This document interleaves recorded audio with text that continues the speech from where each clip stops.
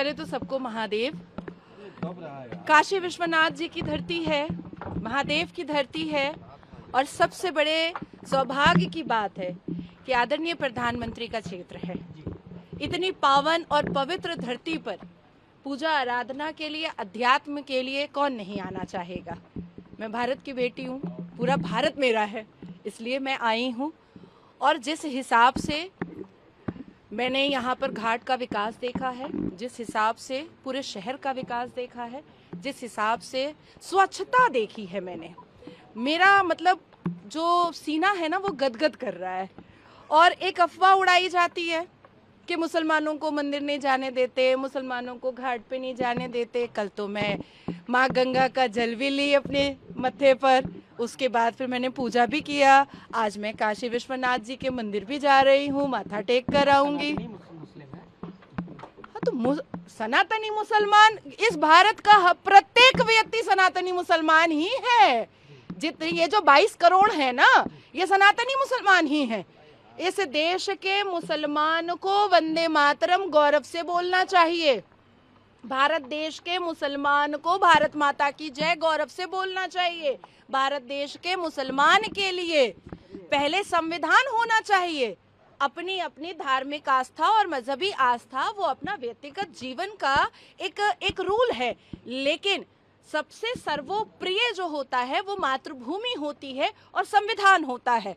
तो इसलिए जो अफवाहें उड़ती हैं हमारे वाराणसी को लेकर के, बनारस को लेकर के, मंदिरों को लेकर के, उस अफवाहों पर ना जा करके जो जमीनी स्तर पर जो सच्चाई है उसको देखना चाहिए। दूसरा कि मैंने आदरणीय मुख्यमंत्री योगी आदित्यनाथ जी को एक पत्र दिया है, जिसमें मैंने उनसे आग्रह किया है कि जिस हिसाब से गाजियाबाद खोड़ा में सूर्या की जान गई है और बकरीद ईद उल अजहा के मौके पर एक हिंदू बेटे की कुर्बानी जानवर समझ के किया गया है, उसके बाद मुहर्रम का जुलूस और मुहर्रम में जो वेपन और तलवारबाजियां और जो जंजीर वगैरह निकलता है और जो प्रोसेशन रोड पर होता है, उसको कंप्लीटली बैन कर देना है। अब इसकी दो वजह है। एक, देश के कानून के हिसाब से किसी भी तरीके का कोई भी वेपन नहीं निकलना चाहिए, इसमें आर्म्स एक्ट आता है। दूसरा, देश के संविधान और देश के कानून के हिसाब से आप एकजुट गैदरिंग करके आप ब्लडशेड वगैरह गैदरिंग भी नहीं कर सकते, ब्लडशेड भी नहीं कर सकते, जिससे दूसरे धर्मों को प्रॉब्लम सामने में आए। अब मजहब वालों का क्या है कि ये बचपन से काटते पीटते रहते हैं, कभी अपना अंग ही काट लेते हैं, कभी जानवर काट लेते हैं, कभी सर तन से जुदा करके इंसान काट देते हैं। तो इनको शायद ब्लड से कोई प्रॉब्लम ना हो, लेकिन दूसरे मजहब के लोगों को ब्लड शेड से प्रॉब्लम होता है। तो ये क्रिमिनल एक्टिविटीज को मुहर्रम के नाम पर जो किया जाता है मुसलमानों के द्वारा, उसको बंद कर देना चाहिए। तीसरा, कि कुरान भी इस बात की इजाजत नहीं देता है कि आप मुहर्रम के नाम पर मातम करें। हमारे पैगंबर मोहम्मद सल्लल्लाहु अलैहि वसल्लम कई हदीसों में ये वाज़ाह करते हैं कि अगर आपके घर में भी किसी की वफात हो जाए तो आप 3 दिन से ज़्यादा सोग नहीं मना सकते। तो ये आखिर इमाम हसन हुसैन का कत्ले आम करने वाले शिया अब तक सोग किस बात का मना रहे हैं? क्या कुरान नहीं मानते?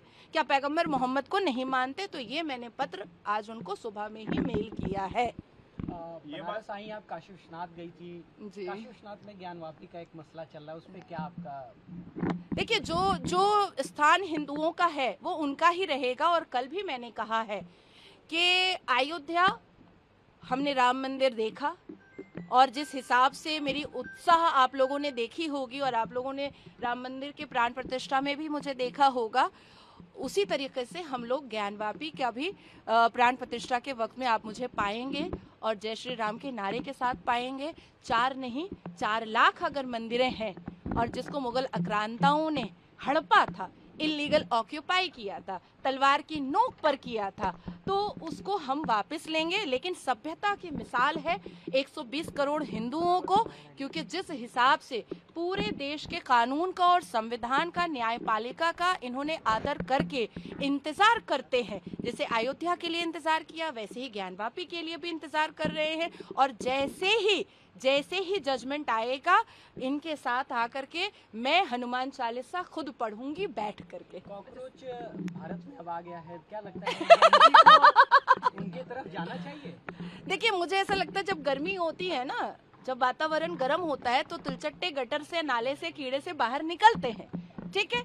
लेकिन मोहनदास करमचंद गांधी से लेकर के, मोहनदास करमचंद गांधी जी से लेकर के आदरणीय प्रधानमंत्री मोदी जी तक स्वच्छता का अभियान पूरे भारत देश में चला है। तो ऐसे स्वच्छ भारत में क्या गटर और नाले के तिलचट्टों की कोई जरूरत है? और देखिए तिलचट्टों ने अपनी हरकत दिखा दी, जंतर मंतर को कितना गंदा मैला करके गए हैं, जहां खाए हैं वहीं फेंक कर चले गए हैं। ये सिविक सेंस तिलचट्टों में कभी हो नहीं सकता।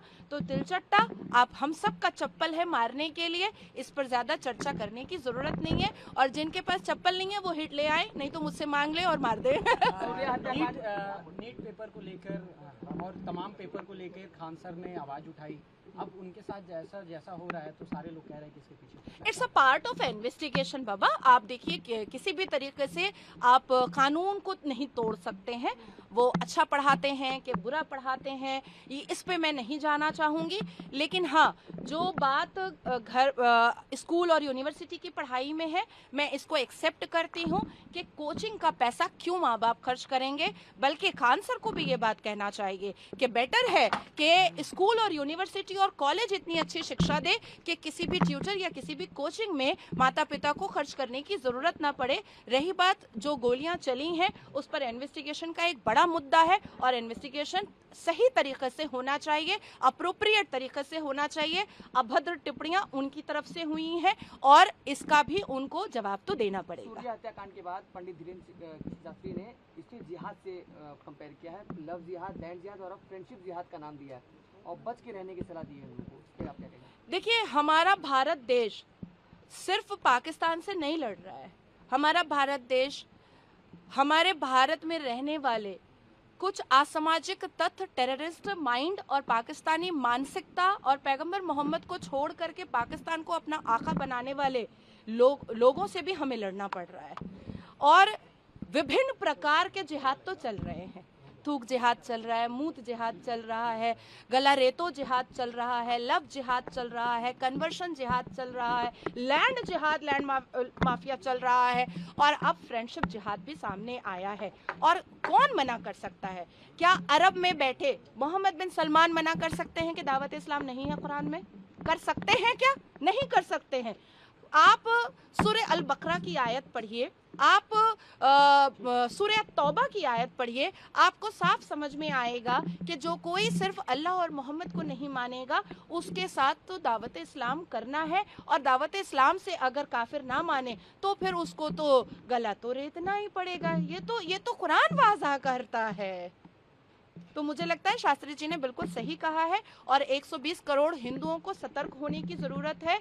और जितनी जल्द हो उतनी जल्दी मुसलमानों को private job, government job, private sector, government sector, domestic जगह पर हर जगह से बॉयकॉट करना चाहिए। किसी भी तरीके का कोई रिश्ता या किसी भी तरीके का कोई जॉब वगैरह अभी प्रोवाइड नहीं करना चाहिए, क्योंकि जिस हिसाब से आईएसआई के एजेंट्स अरेस्ट हो रहे हैं, जिस हिसाब से असामाजिक तत्वों को अरेस्ट किया जा रहा है, ऐसा कोई दिन नहीं जाता है कि आईएसआई के एजेंट नहीं अरेस्ट होते हैं, ऐसा कोई दिन नहीं जाता है कि आतंकवादी अरेस्ट नहीं होते हैं। एटीएस डिपार्टमेंट से लेकर के आप सुरक्षा एजेंसी से लेकर के सबके न्यूज़ को देखिए। तो अभी फिलहाल 2 साल 3 साल के लिए मुसलमानों को बॉयकॉट करना बहुत जरूरी है। और जब वो मुसलमान खुद ही चीख कर कह रहे हैं कि उनके लिए पहले इस्लाम है, उनके लिए संविधान बाद में है, वो वंदे मातरम नहीं कहेंगे, वो भारत माता की जय नहीं कहेंगे, तो शक की सुई तो उन पर जाती ही है। तो ये बात कौन समझाएगा?